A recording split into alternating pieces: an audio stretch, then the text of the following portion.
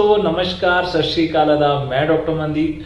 दोस्तों आज हम बात करने वाले हैं कि यदि आप बच्चे को खुद से टैबलेट या फिर सिरप की डोजेस देना चाहते हैं, अगर बाय चांस आपको इमरजेंसी है कि बच्चे को रात को फीवर हो जाता है या फिर वॉमिटिंग्स हो जाती हैं, लूज स्टूल्स हो जाता है, पेन एब्डोमेन हो जाता है, इंडाइजेशन हो जाती है, तो बच्चे को आप किस प्रकार से खुद से डोज सेट कर सकते हैं। जहाँ आपको सिरप का पता है कि ये बुखार का सिरप है या फिर ये टैबलेट बुखार की है या फिर ये लूज स्टूल्स की टैबलेट है, तो आप किस तरह से कितनी डोज बच्चे को दे सकते हैं।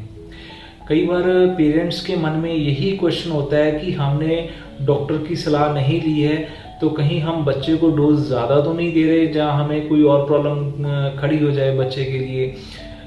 कई बार ऐसे होता है कि हमारे पास मेडिकल सहायता नहीं होती, रात को बच्चे को प्रॉब्लम आती है, तो हम बच्चे को डोज किस तरह से सेट कर सकते हैं। कई डॉक्टर्स जो मेडिकल प्रैक्टिस में नए हैं, कई बार उनको ईजिली डोज कैलकुलेशन नहीं आती है कि बच्चे को किस तरह से सिरप या टैबलेट की डोज दी जा सकती है।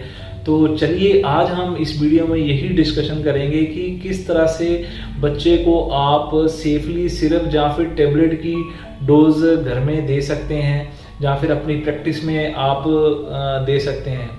तो देखते रहिए वीडियो को एंड तक। आप देख रहे हैं डॉक्टर मनदीप नॉलेज हब, जहाँ पे आपको वो सारी जानकारी मिलेगी जो आपके लिए है सबसे फायदेमंद। यदि आप मेरे चैनल पे नए हैं तो मेरे चैनल को सब्सक्राइब करें और साथ में लगा हुआ बेल आइकन का बटन जरूर हिट कर ले ताकि अगली आने वाली वीडियो का नोटिफिकेशन आपको सबसे पहले मिल सके। तो चलिए शुरू करते हैं।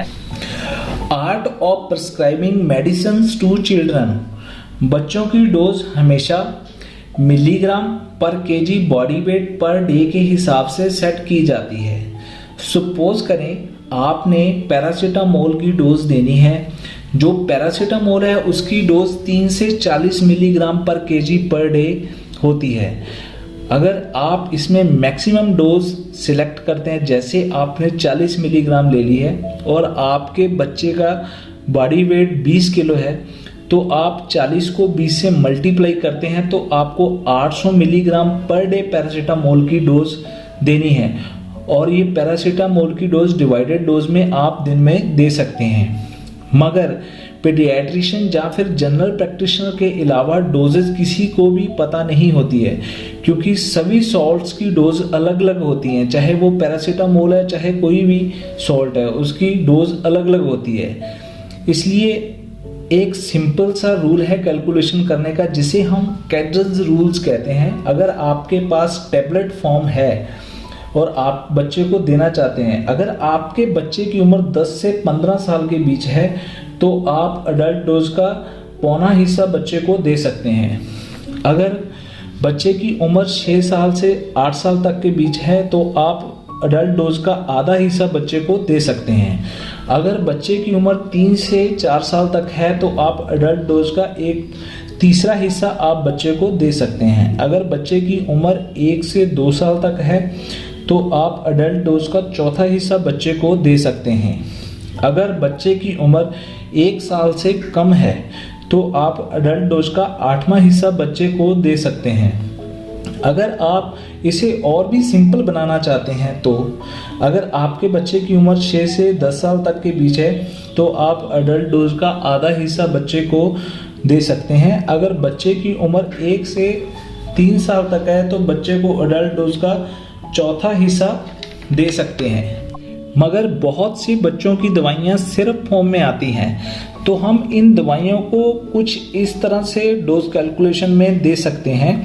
अगर बच्चा 3 से 6 साल तक का है तो आप सिरप फॉर्म 1 चम्मच दिन में 3 बार दे सकते हैं। अगर बच्चे की उम्र 1 से 3 साल तक है तो आप सिरप का आधा चम्मच दिन में 3 बार दे सकते हैं। अगर बच्चे की उम्र 1 साल से कम है तो बच्चे को आप 1 ml या 10 बूंद दिन में 3 बार दे सकते हैं। अगर बच्चे की उम्र 6 से 10 साल तक है तो आप सिरप का 2 चम्मच दिन में 3 बार दे सकते हैं। अगर आपके पास टैबलेट है तो आधी गोली बच्चे को दिन में 3 बार दे सकते हैं। But always remember some things, हमेशा याद रखने योग्य कुछ बातें। हमेशा कोशिश करें कि बच्चे को कम से कम दवाई दी जा सके, या फिर ज़रूरत पड़ने पे ही दवाई दी जा सके।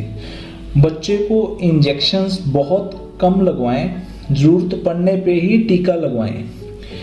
1 दिन से 1 साल तक के बच्चे को दवाई ड्रॉपर की सहायता से दें, जिससे बूंद कैलकुलेशन करने में आपको आसानी होगी। अगर बच्चा चम्मच से दवाई नहीं ले रहा है या फिर बार बार दवाई को निकाल रहा है, तो बगैर सुई वाली सिरिंज की मदद से आप डोज को कैलकुलेट करके बच्चे को दे सकते हैं। और बच्चे को बहुत पुराना सिरप आपने नहीं पिलाना है। तो कुछ इस तरह से बच्चों को दवाई आप सेफली सेट कर सकते हैं, उसकी डोज आप सेफली बना सकते हैं। तो कैसी लगी आपको हमारी वीडियो?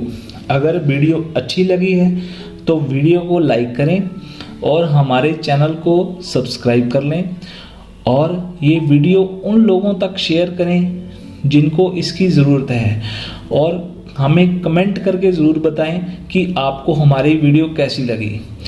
तो खुश रहिए, खुशियाँ बांटते रहिए। मिलते हैं आपको अगली वीडियो के साथ।